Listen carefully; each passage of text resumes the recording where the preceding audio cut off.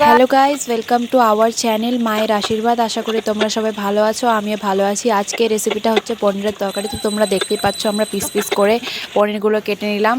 তারপর কড়াইয়ে সাদা তেলকে লো টু হাই মিডিয়ামে তাতিয়ে তারপর পনিরগুলো যেগুলো পিস পিস করে কাটা ছিল ওগুলো দিয়ে দিলাম। তারপর করে নেড়ে নিলাম, কারণ পনিরটা যাতে পুড়ে না যায়। তো তার একটু পর ব্রাউন কালার হয়ে গেলে আমরা পনিরটাকে নামিয়ে নিলাম।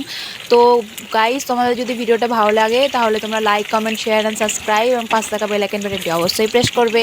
তো তোমরা দেখতে পাচ্ছ আমরা পনিরটা নামিয়ে নিলাম। এরপর তেলে জিরের ফোড়ন দিয়ে তারপর আদা লঙ্কা বাটা দিয়ে ভালো করে নেড়ে নিলাম। তার একটু পর আমরা হালকা পরিমাণে জল দিয়ে দিলাম। তার একটু পর ভালো করে নাড়াচাড়া করার পর হলুদ গুঁড়ো, লবণ পরিমাণ মতো দেওয়ার পর আবার একটু ভালো করে নাড়াচাড়া করে নিলাম। তার কিছুক্ষণ পর আমরা লঙ্কার গুঁড়ো, যেহেতু ওখানে গোটা জিরে দিয়েছিলাম সেই জন্য অল্প করে আমরা জিরের গুঁড়োও দিব এখানে। তো জিরের গুঁড়ো দেওয়ার পর আমরা আবার একটু ভালো করে নাড়াচাড়া করে নিলাম। এবার 2 থেকে 3 মিনিট মতো এভাবেই হালকা হালকা জল দিয়ে কষতে হবে।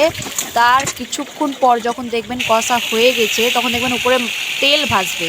এরপর আমরা একটু চালমগজ পেস্ট করে চালমগজ দিচ্ছি। তো আপনারা চাইলে নাও দিতে পারেন, আপনাদের যেটা পছন্দ সেটাই আপনারা করবেন। তো ভালো করে আবার নাড়াচাড়া করে নিলাম হালকা হালকা জল দিয়ে। তারপর আমরা কাশ্মীরি মেথি পাতাকে ভালো করে সেকে হাত দিয়ে গুঁড়ো করে ওতে দিয়ে দিলাম।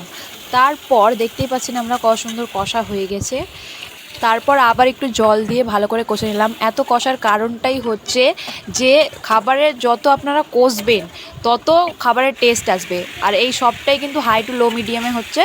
তো তারপর আমরা একটু চিনি দিয়ে দিলাম, অল্প পরিমাণে চিনি, বেশি দেওয়া যাবে না।